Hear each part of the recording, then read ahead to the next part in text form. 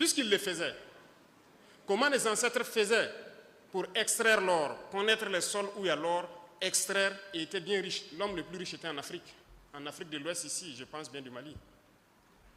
Comment faisait-il pour qu'aujourd'hui, à partir de quelques décennies en arrière, tous nos gisements d'or sont donnés aux autres pour qu'ils viennent exploiter et faire ce qu'ils veulent? Nos ancêtres étaient plus intelligents que nous et nous sommes plus bêtes qu'eux. Comment avons-nous fait pour devenir plus bêtes? Je ne vais pas manager le mot, c'est ça le terme. Nous disons que nous sommes des révolutionnaires. Et un révolutionnaire, ça dit la vérité. Ça peut faire mal, mais il faut le dire. Alors, je veux qu'on se réveille. Nous ne pouvons pas continuer dans cet élan et espérer prospérer. C'est impossible. Chaque période, chaque mois ou souvent le trimestre, j'aime dire au ministre du Commerce de m'envoyer le point de situation de nos importations. Je regarde les volumes et les montants que nous envoyons à l'extérieur pour exporter des produits. Souvent, j'ai mal.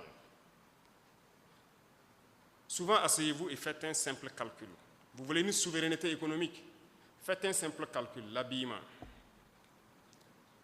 Si nous prenons 20 millions de Burkinabés qui dépensent 10 000 francs CFA par mois et par an pour s'habiller, c'est-à-dire et que nous importons cela, ça fait 200 milliards de francs.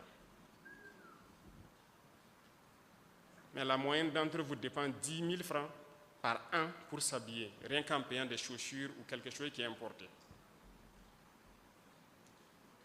Sommes-nous vraiment devenus si bêtes qu'on ne peut pas s'asseoir, réfléchir et voir tout ce que nous amenons à l'extérieur et qu'on ne peut pas créer ici?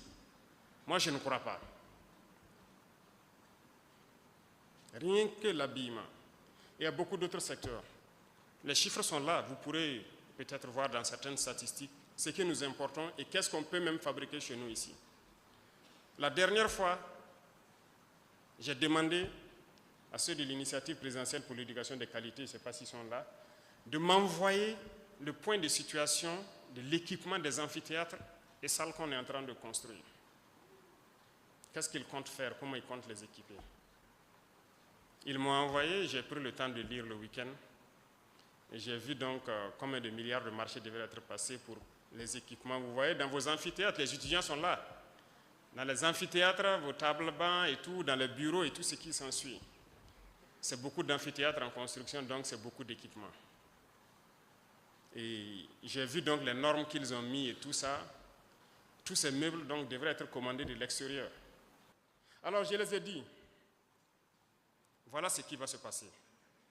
Soit nous fabriquons ça nous-mêmes à partir de nos menuisiers, nos soudeurs ici, ou bien vous rentrez en brousse, vous trouvez tous les bois morts, vous coupez des tabourets et vous venez mettre dans les universités.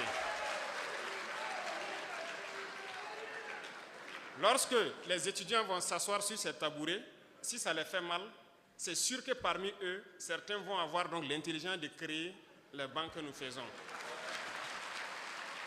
Ou bien, on trouve dès maintenant des menuisiers et des soudeurs de chez nous qui vont fabriquer ce type de bancs pliables que nous souhaitons.